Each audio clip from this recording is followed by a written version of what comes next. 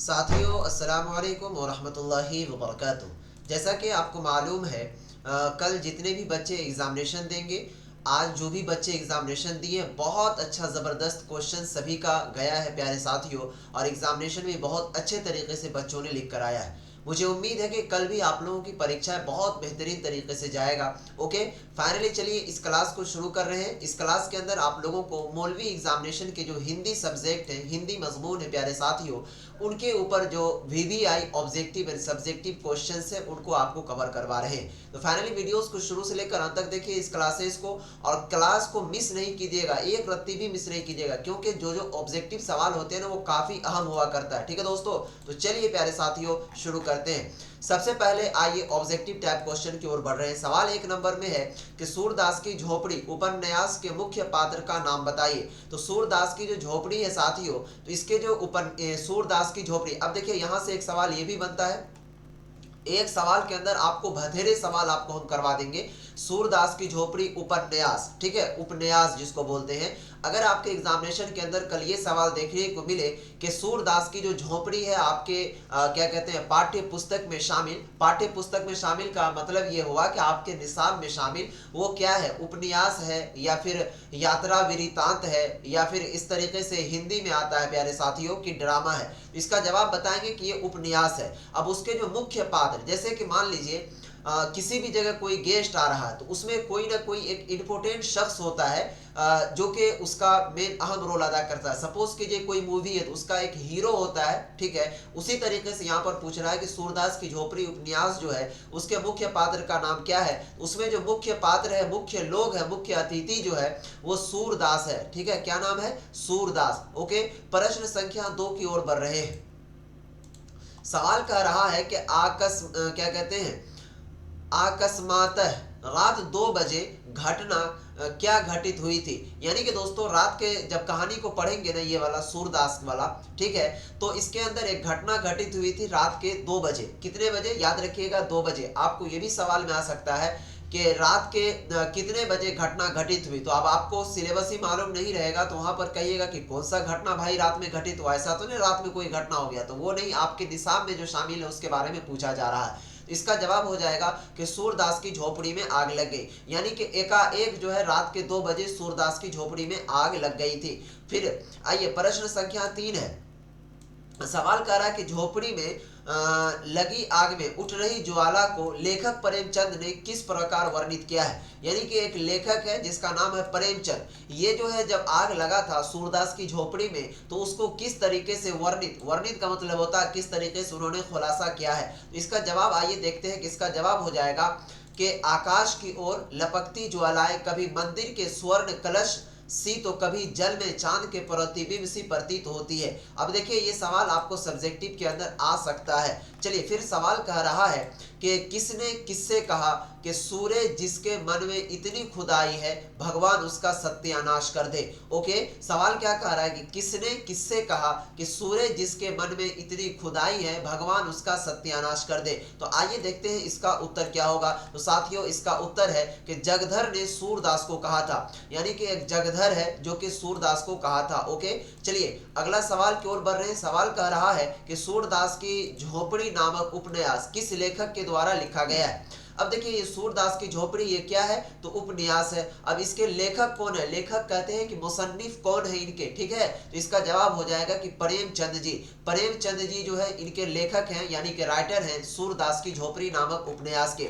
Okay, चलिए सवाल कहता है यहाँ पर कि कबीर किस काल के कवि थे। इसका जवाब हो जाएगा, देखिए कबीर किस काल के कवि थे।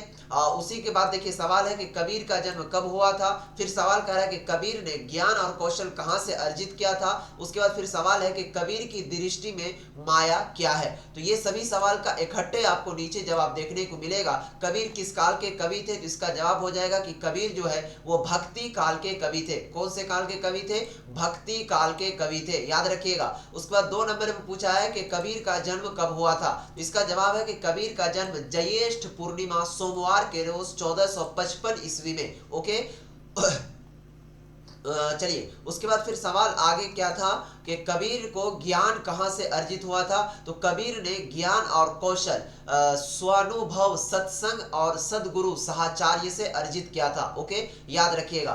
फिर नेक्स्ट क्वेश्चन क्या था, वहीं पर उसको देखने की कोशिश कीजिए कि मनुष्य को पथ भ्रष्ट करने वाले कौन है। उसके बाद कबीर ने ईश्वर से श्रेष्ठ किसे माना है। सवाल क्या कह रहा है कि मनुष्य को पथ भ्रष्ट करने वाला कौन है, और कबीर ने ईश्वर से श्रेष्ठ, यानी कि कबीर एक ऐसा शख्स था जो कि ईश्वर से श्रेष्ठ, श्रेष्ठ का मतलब होता है कि ईश्वर से भी ऊंचा जो है वो किसको माना था। ठीक है, तो आइए देखते हैं इसका जवाब क्या है, जो कि आपके यहाँ पर शो कर रहा होगा कंप्यूटर स्क्रीन पर कि कबीर की दृष्टि में जो भी धर्म के नाम पर बाहरी आडंबर है वो माया है। उसके बाद आइए यहाँ पर देखिए उसके जो श्रेष्ठ कौन थे, जिसका जवाब हो जाएगा कि मनुष्य को कामिनी और कांचन पथ भ्रष्ट करते हैं। ओके, यहाँ पर सवाल कह रहा था कि पथ भ्रष्ट कौन करते हैं, तो मनुष्य को कामिनी और कंचन, ठीक है, पथ भ्रष्ट करते हैं। वो कबीर ने गुरु को ईश्वर से श्रेष्ठ माना है। अब देखिए वहां पर क्या था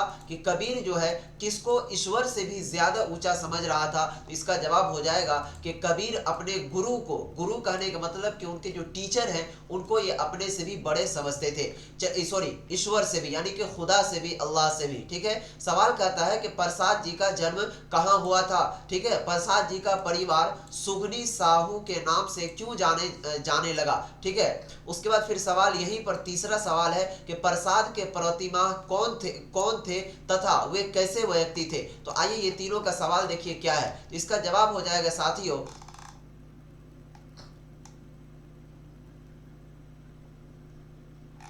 इसका सवाल काशी में 1989 प्रसाद जी के प्रतिमा श्री एक सेकेंड रुक जाइए, इसका सवाल का जवाब एक मिनट देखने दीजिए। ऑप्शन कॉम है, काशी में 1989 ईस्वी में। ओ सॉरी, हाँ यहाँ पर ये था सवाल यहाँ है कि प्रसाद जी का जन्म कब और कहाँ हुआ। ठीक है साथियों, तो आइए देखिए प्रसाद जी का जन्म जो है कब और कहाँ हुआ था। तो इसका जवाब हो जाएगा कि प्रसाद जी का जन्म काशी में 1989 ईस्वी में हुआ था। ठीक है, यहाँ पर ये क्वेश्चन का आंसर क्लियर हुआ। उसके बाद आइए फिर सवाल कर रहा है कि प्रसाद जी का परिवार सुगनी साहू के नाम से क्यों जाने लगा। ठीक है, मतलब लोग जो है सुगनी साहू के नाम से क्यों जानने लगे थे। इसका जवाब हो जाएगा ऑप्शन ख का कि प्रसाद जी के प्रति क्या कहते हैं पितामह श्री शिव रत्न साहू पान के मसाले में प्रयुक्त होने वाली सुगंधी क्या कहते हैं युक्त सुरती का निर्माण करता था, इसीलिए प्रसाद जी के परिवार को क्या कहते हैं सुगनी साहू के नाम से जाने लगा। ठीक है, सुरती समझ रहे हैं, सुरती भोजपुरी वर्ड में खैनी को कहा जाता है। ठीक है, सुरती जो है भोजपुरी वर्ड में खैनी को कहा जाता है। जो बच्चे बेतिया के होंगे या फिर मोतिहारी साइड के होंगे तो ये सबको, या फिर गोपालगंज वगैरह के होंगे, उधर अक्सर भोजपुरी बोला जाता है। हमने भी उधर कम से कम 2 से 2.5 साल बिताया है। ठीक है, तो वहां पर सुरती जो है वो खैनी को बोलते हैं, यानी कि तंबाकू को। ओके, तो प्रसाद जी का जो परिवार था वो सुरती बनाने का काम करता था, इसीलिए उसको सुगनी साहू के नाम से जाना जाता था। ओके, अब आइए प्रसाद जी के प्रतिमा, प्रसाद जी के पितामह कौन थे तथा वे कैसे व्यक्ति थे। ठीक है, प्रसाद जी के पिता कौन थे तथा वो कैसे व्यक्ति थे। तो आइए देखते हैं प्रसाद जी के पिता कौन थे और वो कैसे व्यक्ति थे। देखिए यहाँ पर सवाल है कि प्रसाद जी के पितामह श्री शिव रत्न साहू थे। ठीक है, पिता का नाम क्या था, प्रसाद जी के पिता का नाम शिव रत्न साहू, और वे क्या थे, तो वो बड़े दयालु और दानी स्वभाव के व्यक्ति थे। ओके, यहाँ तक किसी को कोई डाउट नहीं होना चाहिए। चलिए फास्ट मैं क्वेश्चन आपको करवा रहा हूँ ताकि साथियों आप लोग एग्जाम में अच्छे से अच्छे नंबर हासिल करें। अगर आपने अब तक क्लास को लाइक नहीं किया तो प्लीज क्लास को लाइक करें। काफी मेहनतों और मुशक्कत के साथ आप लोगों को क्लास करवाते हैं, लेकिन फिर भी आप लोग एक लाइक नहीं करते हैं। सवाल कहता है कि प्रसाद की वंश परंपरा को अनिवार्य विशेषता क्या थी। प्रसाद की वंश परंपरा को अनिवार्य विशेषता क्या थी। ठीक है, तो यहाँ पर देखिए अंकों का जो जवाब है वो क्या हो जाएगा प्यारे साथियों। तो इसका जवाब होगा कि साहित्य जगह में यह बात बहुत प्रसिद्ध थी कि काशी में गुणी जानों का आदर केवल 2 ही स्थानों पर होता है, एक काशी नरेश के यहाँ, दूसरा सेंगनी साधु के यहाँ। ओके प्यारे साथियों, चलिए ये सवाल का आंसर आप लोगों को मिल गया। ओके, अब आइए थोड़ा सा आगे चलते हैं। यहाँ देखेंगे सवाल कहता है कि रविंद्रनाथ की चटाई बिछी महफिल का सरदार कौन था। ठीक है, तो आइए देखते हैं कि रविंद्रनाथ की चटाई बिछी महफिल का सरदार जो है वो कौन था। तो साथियों इसका जवाब हो जाएगा, उस महफिल के जो सरदार थे उसका नाम ब्रजेश्वर था। सरदार की महफिल में बिछी चटाई के जो सरदार थे उसका क्या नाम था, तो ब्रजेश्वर। ओके, चलिए नेक्स्ट क्वेश्चन है कि ब्रजेश्वर के पुराने मालिक का नाम क्या था। ओके, यही सवाल है ना यहाँ पर कि ब्रजेश्वर के पुराने मालिक का नाम क्या था। तो साथियों इसका जवाब हो जाएगा कि ब्रजेश्वर के पुराने मालिक का नाम लक्ष्मीकांत था। ठीक है, ब्रजेश्वर के पुराने मालिक का नाम क्या था, लक्ष्मीकांत था। ओके, उसके बाद चलिए फिर सवाल कहता है कि ब्रजेश्वर की क्या कहते हैं गुरुगिरी में क्या दोष था। ठीक है, ब्रजेश्वर की गुरुगिरी में क्या दोष था। ठीक है, दोष कहने का मतलब कि क्या उसके अंदर खामियां थी। ठीक है, तो आइए देखते हैं कि ब्रजेश्वर के गुरुगिरी में क्या दोष था। तो इसका जवाब हो जाएगा कि क्या कहते हैं, ब्रजेश्वर गांव की पाठशाला में गुरुगिरी कर चुका था। ठीक है, ब्रजेश्वर गांव की पाठशाला में गुरुगिरी कर चुका था, यही दोस्त था उसका। ठीक है, फिर सवाल यहाँ पर आगे कह रहा है कि चटाई बिछी महफिल के सरदार के रूप रंग की झांकी प्रस्तुत करे। सवाल क्या कह रहा है कि चटाई बिछी महफिल के सरदार के रूप रंग की झांकी प्रस्तुत करें। तो आइए इसको प्रस्तुत कैसे करना है साथियों, 6 का जवाब। तो इसका जवाब यहाँ पर ध्यान से देखेंगे और बेहतरीन तरीके से समझने की कोशिश कीजिएगा साथियों। हाँ देखिए यहाँ पर कह रहा है कि ब्रजेश्वर की गुरुगिरी में भीतर ही भीतर मन में भोजन का लोभ दबा हुआ था। हमारी थालियों में पहले से ही अच्छी तरह सबके हिस्सा का खाना परोस रखने की उसकी आदत न थी। ओके, ये सवाल का आंसर यहाँ तक क्लियर हुआ। चलिए फिर सवाल कहता है कि रोगाणु कहाँ होते हैं। सवाल क्या कह रहा है कि रोगाणु कहाँ होते हैं, रोगाणु शरीर में क्यों प्रवेश चाहते हैं, रोगाणु हमारे शरीर में कैसे घुस जाते हैं। उसके बाद साथियों क्या कहते हैं, मल मल कर नहाते समय हम अनजाने ही में क्या हटाते रहते हैं। ओके, ये 4 सवाल है, ये चारों सवाल का जवाब देखिए क्या होता है। रोगाणु कहाँ होते हैं, तो इसका जवाब हो जाएगा कि त्वचा शरीर की, एक मिनट, रोगाणु कहाँ होते हैं, तो इसका जवाब हो जाएगा सबसे पहला सवाल का कि रोगाणु जो है वो वातावरण में रहते हैं। रोगाणु कहाँ रहते हैं, वातावरण में। ओके, दूसरा सवाल था कि रोगाणु शरीर में किस लिए प्रवेश करते हैं। इसका जवाब हो जाएगा कि रोगाणु जो है शरीर में आश्रय के साथ भोजन के लिए प्रवेश करना चाहते हैं। ओके,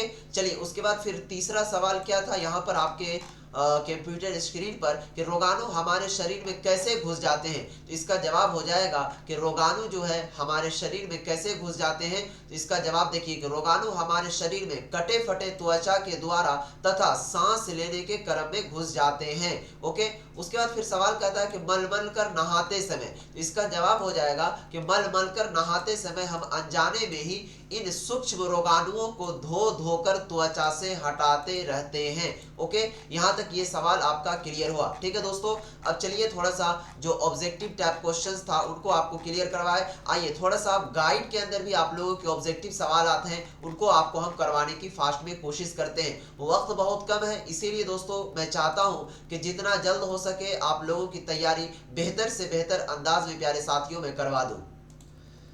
चलिए देखिए उसके बाद सवाल यहाँ पर आपके स्क्रीन पर शो कर रहा है कि लेखक रामचंद्र शुक्ल के मोहल्ले में लोगों ने उनका नाम क्या रखा था। ठीक है, ये सब भी सवाल आपको ऑब्जेक्टिव के अंदर बहुत बेहतरीन तरीके से पूछा जाता है और आ सकता है, इसीलिए दोस्तों एक बार नजर दौड़ाने में क्या जाता है। तो लेखक प्रेमचंद्र शुक्ल के मोहल्ले में लोगों ने उनका नाम क्या रखा था, तो क्या कहते हैं, निसंदेह लोग। ठीक है, उसके बाद है कि विनोदपूर्ण का अर्थ क्या है, तो आनंद से भरी। उसके बाद सवाल कह रहा है कि किसके घर पर होली वसंत पंचमी आदि त्योहारों पर खूब नाच रंग और उत्सव हुआ करते थे, तो चौधरी जी के घर पर। कवि, उसके कवि का क्या नाम है साथियों, यहाँ पर ध्यान दीजिएगा कि कवि वामनाचार्य गिरी कहाँ रहते थे। ठीक है, एक कवि है जिसका नाम है वामनाचार्य गिरी। ठीक है, ये कहाँ रहते थे, तो मिर्जापुर में। वक्रता का क्या अर्थ है, तो टेढ़ापन। ठीक है दोस्तों, उसके बाद खंभा टेकी खड़ी जैसे क्या कहते हैं, नारी मुगलाने किसने कहा कवि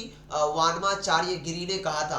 कहिए क्या हाल है, किसने किससे कहा? इसका जवाब हो जाएगा चौधरी साहब ने पंडित जी से कहा था कि कहिए क्या हाल है। एक दिन चौधरी साहब के घर में कौन आया? तो चौधरी साहब का एक पड़ोसी आया था। उपाध्याय जी का नगरी के विषय में क्या कहना चाहता है? इसका जवाब हो जाएगा कि उपाध्याय जी का कहना था कि किए नागर उपभ्रंश से जो शिष्ट लोगों की भाषा विकसित हुई वह नागरी भाषा कहलाई।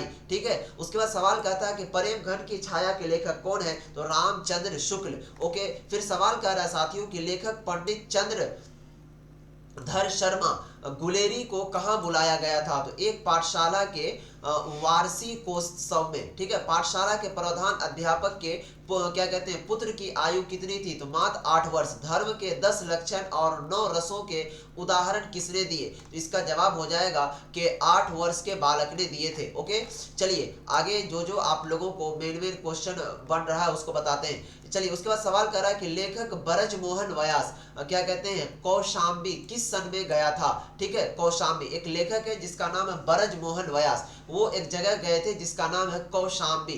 तो इसमें किस ईस्वी में गए थे? तो 1936 ईस्वी में। कौशाम्बी से क्या कहते हैं पसोवा कितनी दूरी पर स्थित है? तो 2.5 मील की दूरी पर। लेखक ब्रजमोहन व्यास, ठीक है, पसोवा किस सवारी पर गया? इक्के की सवारी पर। ओके, सवाल कर रहा है कि जैन लोगों का मेला प्रति वर्ष कहाँ लगता था? तो पसोवा में। ठीक है, जैन लोगों का एक जैन धर्म है, जैसा कि आपको मालूम होगा, अगर नहीं मालूम है तो मैं बता रहा हूँ। ठीक है, चलिए उसके बाद शिव की मूर्ति का वजन कितना था? तो लगभग 20 से। ओके, और देखिए जो इससे ऑब्जेक्टिव सवाल और भी बेहतर है उनको और मैं बढ़िया तरीके से आप लोगों को करवा रहा हूँ। ठीक है दोस्तों, और आप लोग भी बेहतर ढंग से इस क्लास को कीजिए ताकि क्लासेस के अंदर आप लोगों को काफी मजा आए। ठीक है दोस्तों, थोड़ा सा आप लोगों को नहीं दिख रहा होगा तो और मैं जूम कर लिया। चलिए उसके बाद फिर सवाल कह रहा है यहाँ पर दोस्तों कि लेखक ब्रजमोहन व्यास ने मुखिया से क्या कहा? तो वो कहा था कि गांव वालों से कहा आप उन्हें खुशी से ले जा सकते हैं। ओके, अब चलिए थोड़ा सा और आगे बढ़ते हैं, जो कि खास इंपॉर्टेंट सवाल है उनको मैं आप लोगों को बताने की कोशिश करूं।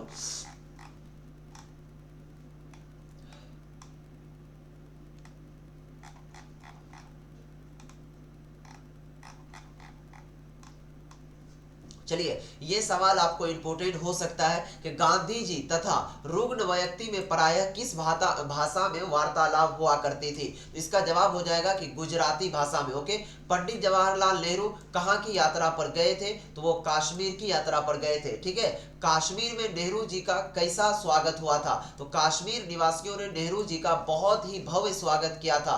नेहरू जी कहाँ ठहरे थे? तो लेखक भीष्म साहनी के फुफेरे भाई के घर। ठीक है, अनातोले कौन थे? तो इसका जवाब हो जाएगा कि फ्रांस के एक प्रख्यात लेखक। नेहरू जी ने किसकी कहानी सुनाई? तो इसका जवाब हो जाएगा कि पेरिस शहर में रहने वाले एक गरीब बाजीगर की। ओके, फिर सवाल कर रहा है कि बाजीगर अपने घर का पालन पोषण कैसे करता था? तो भांति भांति के कर्तव्य दिखाकर। ओके, चलिए, और इसके अंदर जो इंपॉर्टेंट सवाल मुझे दिख रहा है उन सभी को मैं करवा देता हूं ताकि आप लोग किसी तरह की कोई परेशानी में न फंसे। ठीक है दोस्तों, चलिए यहाँ पर प्यारे साथियों फिर सवाल कहता है कि धान की रोपाई का कौन सा महीना होता है? इसका जवाब हो जाएगा कि धान के रोपाई का जो महीना है वो जुलाई के अंत में की जाती है। लेखक निर्मल वर्मा कहाँ गया हुआ था? तो सिंगरौली के एक क्षेत्र नौगांव में। ओके, नौगांव क्षेत्र की आबादी कितनी थी? तो लगभग 50,000 से ऊपर। लेखक निर्मल वर्मा को किस बात का अनुभव सिंगरौली में हुआ? इसका जवाब हो जाएगा कि मनुष्य के विस्थापन के विपक्ष में पेड़ भी एक साथ मिलकर क्या कहते हैं भौन सत्याग्रह कर सकते थे। ओके, यहाँ तक ये सवाल आप लोगों को हमने करवा दिया इनसे भी। और देखिए इनमें जो सब्जेक्टिव क्वेश्चंस है उनको थोड़ा सा मैं आपको दिखा दे रहा हूँ, उसे आप अपने कॉपियों के अंदर जरूर ले लीजिएगा और याद कर लीजिएगा। देखिए यहाँ पर एक सवाल ये भी बनता है कि यूं तो पराये लोग घर छोड़कर कहीं नहीं जाते हैं, पर जाते हैं किंतु घर लौटते समय पूरी क्या कहते हैं रूप सिंह को एक और किस्म की लाश क्या कहते हैं अपनत्व और झिझक क्यों घेरने लगी? तो इसका जवाब एक बार आप लोग इस तरीके से देख लीजिए, उसके बाद क्योंकि अगर बताने लगेंगे तो काफी लंबा हो जाएगा। ठीक है, पहाड़ की चढ़ाई और प्रेम की चढ़ाई में क्या अंतर है? एक बार ये सवाल को भी देख लीजिए। ठीक है, अब आइए थोड़ा सा आगे आपको हम थोड़ा सा मजमून दिखा दें, क्योंकि मजमून भी बहुत सारे आते हैं इसके अंदर, जैसे कि आपको मुहर्रम के ऊपर हो गया, सॉरी जैसे उर्दू के अंदर मुहर्रम वगैरह हुआ करता है, ठीक है, उसके ऊपर हो गया, और भी बहुत सारी चीज़ें हैं जिसके ऊपर लेख वगैरह पूछता है। तो आपको ध्यान आकर्षित करना है इस ओर कि देखिए किस तरीके का मौलवी के अंदर जो है वो लेख वगैरह पूछा जाता है, ठीक है।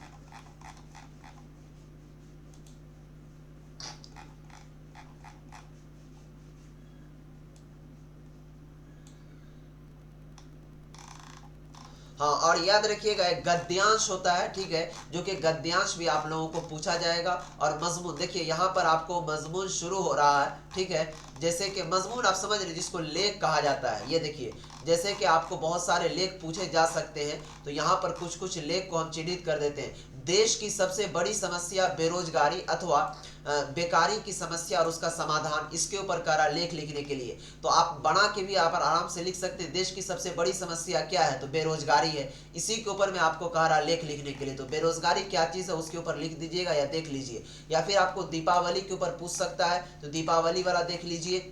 उसके बाद दोस्तों आपको शरद ऋतु के ऊपर पूछ सकता है, तो यहाँ पर इस तरीके से देख लीजिए इसको, ओके। और ग्रीष्म ऋतु, ये तो इतना हार्ड नहीं पूछेगा। देश रत्न डॉक्टर राजेंद्र प्रसाद, इसके बारे में पूछ सकता है, एक बार इसको नजर दौड़ा लीजिए आप, ठीक है, यहाँ से, ओके। चलिए इंदिरा गांधी के ऊपर भी हो सकता है, मैं भी पूछ ले, तो यहाँ पर आप उसे देख लीजिए कि इंदिरा गांधी कब जन्म हुआ, क्या क्या काम किए, ठीक है।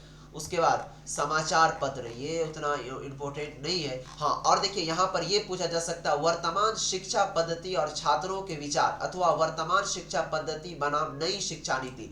आपको कह सकता है कि वर्तमान में जो अभी शिक्षा चल रहा है उसके ऊपर, या नहीं तो नई शिक्षा नीति के ऊपर आपको लेख लिखना, तो यहाँ पर इसे देख लीजिए। या फिर आपको ईद के ऊपर कहा जा सकता है लेख लिखने के लिए, तो ईद क्या तो सबको मालूम है, बढ़िया से रट के लिख दीजिएगा, ठीक है। ये देख लीजिए ईद का त्यौहार कैसे मनाता है, ठीक, ये सब चीज। और आगे आपको 26 जनवरी आने वाला है, तो हो सकता है कि 26 जनवरी के ऊपर कह दे लेख लिखने के लिए, तो 26 जनवरी के ऊपर एक बार ध्यान से मोबाइल में सर्च करके देख लीजिएगा कि 26 जनवरी के ऊपर लेख कैसे लिखा है। क्योंकि प्यारे साथियों आपको 26 जनवरी का त्यौहार जो है वो आने वाला है, ओके, तो इसीलिए याद रखिएगा। और देखिए इनके अंदर जो जो आप लोगों के मेन में सवालात बन रहे थे उनको हमने करवा दिया। और देखिए यहाँ पर निम्नलिखित गद्यांश को पढ़कर नीचे दिए गए प्रश्नों के उत्तर दें। यह आपका गद्यांश है, इसी में आपका आंसर छुपा हुआ रहेगा, ठीक है। जैसे कि यहाँ पर देखिए ये गद्यांश हुआ, रविंद्रनाथ की चटाई बिछी महफिल का सरदार कौन था, ओके, तो इसी के अंदर उसका जवाब होगा कि रविंद्रनाथ की चटाई बिछी महफिल का जो सरदार था उसका नाम था बरोजेश्वर, ठीक है। यहीं पर इनका सवाल का जवाब मिल गया ना, ये सवाल है। उसके बाद बरोजेश्वर के पुराने मालिक का नाम क्या था, तो आप देखिए यहाँ पर पुराने मालिक का नाम क्या था, इसमें खोजिएगा ना तो आपको वो सारा चीज मिल जाएगा, ठीक है। तो ये गद्यांश भी आपको 10 से 15 मार्क का पूछता है, ओके, तो याद रखिएगा। तो फाइनली आज की इस क्लास को हम यहीं पर इन कर रहे हैं। और दोस्तों जो बच्चों का जैसे कि फारसी होगा किन्हीं का, या फिर किन्हीं का इंग्लिश होगा, तो ये सभी सब्जेक्ट का क्लास एक ही चैनल पर चलाना संभव नहीं है। उसके लिए दोस्तों हम लोगों ने एक बढ़िया सा चैनल तैयार कर दिया है जिसका नाम है आरजू भैया, ठीक है। उस चैनल का नाम ही है आरजू भैया, ठीक है दोस्तों। अब जाइए YouTube पर सर्च कीजिएगा ARZU, ठीक है, ARZU, आरजू हो गया। उसके बाद जैसे L2 भैया है उसी तरीके से BHAIYA, जैसे ही सर्च कीजिएगा तो वहां पर आ जाएगा आरजू भैया, उसको सब्सक्राइब कर लीजिएगा। वहां पर आपको फौरन फिर से बहुत सारे क्वेश्चंस को अपलोड किए जा रहे हैं, उसे देख लीजिएगा। और साथियों क्या कहते हैं उसे सब्सक्राइब जरूर कर लीजिएगा, क्योंकि वहां पर मौलवी की क्लासेस हम डालते रहेंगे, ठीक है। तो फाइनली इस क्लास को यहीं पर समाप्त कर रहे हैं, जस्ट ही फिर मिलेंगे नेक्स्ट क्लास में। तब तक के लिए बाय, खुदा हाफिज, अस्सलाम वालेकुम।